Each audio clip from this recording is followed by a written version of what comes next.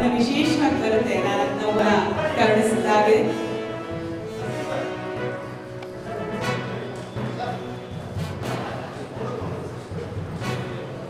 ಪದ್ಮರಾಜ್ ಅವರಿಗೆ ಪುಸ್ತಕವನ್ನು ಅನೇಕ ಕವಿಗಳಲ್ಲಿ ಮೂಡಿರಬಹುದಾದಂತಹ ಒಂದು ಕಥೆ, ಕನ್ನಡದ ಕಥೆ. ನಮ್ಮಲ್ಲಿ ಹೇಗೆ ಹಂಪನ ಅವರು ಬರೆದಿರುವ ಈ ಮಹಾಕಾವ್ಯ ದೇಶಿಗೂ ಮಾರ್ಗಕ್ಕೂ ಒಂದು ವ್ಯತ್ಯಾಸ ಇದೆ. ಕಮಲಾಹಂಪನ ಸಾಹಿತ್ಯ ವೇದಿಕೆ ತಮ್ಮ ಕೂಡ ಈ ಪರ್ಷಿಯನ್ ಭಾಷೆ ಇದೆಯಲ್ಲ, ಬಹಳ ಹಳೆಯ ಭಾಷೆ. ಇದನ್ನ ಕನ್ನಡ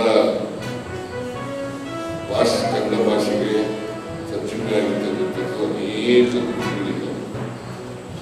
ಮತ್ತೆ ಹಾಗೆಯೇ ಕನ್ನಡದಿಂದ ಪರ್ಷಿಯನ್ ಭಾಷೆಗೆ ತರ್ಜುಮೆ ಆಗಿರ್ತಕ್ಕಂಥದ್ದು.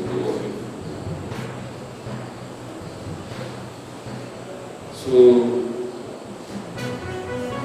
ಹಂಪನ ಅವರು ಬರೆದಿರ್ತಕ್ಕಂಥ ಈ ಚಾರು ವಸಂತ ಈ ಕಾವ್ಯ ಇದೆಯಲ್ಲ, ಈ ಕಾವ್ಯ ನಾಟಕವಾಗೂ ಕೂಡ ಇದು ಜನಪ್ರಿಯವನ್ನು ಗಳಿಸಿದೆ. ಅದರಿಂದ ಹಂಪನ ಅವರು ಹೊಸ ಸಾಹಿತ್ಯ ಕ್ಷೇತ್ರದಲ್ಲಿ ತಮ್ಮದೇ ಆದಂಥ ವ್ಯಕ್ತಿತ್ವವನ್ನು ರೂಪಿಸಿಕೊಂಡಿರ್ತಕ್ಕಂಥ ಬಹಳ ಹಿರಿಯ ಸಾಹಿತ್ಯ. ನಾನು ಕೇಳ್ತಾ ಇದ್ದೆ, ಈಗ ಅವ್ರು ಹೇಳೋದು 89 ವರ್ಷ ಆಗ್ತಾ ಇದೆ, 95 ವರ್ಷದಿಂದ ನಾನು ಇರ್ತಾ ಇದ್ದೀನಿ, 89 ನಾನು 3 ವರ್ಷಗಳಿಗಿಂತ ಹೆಚ್ಚು ಬಾಳಿ ಅಂತೇಳಿ ಈ ಸಂದರ್ಭದಲ್ಲಿ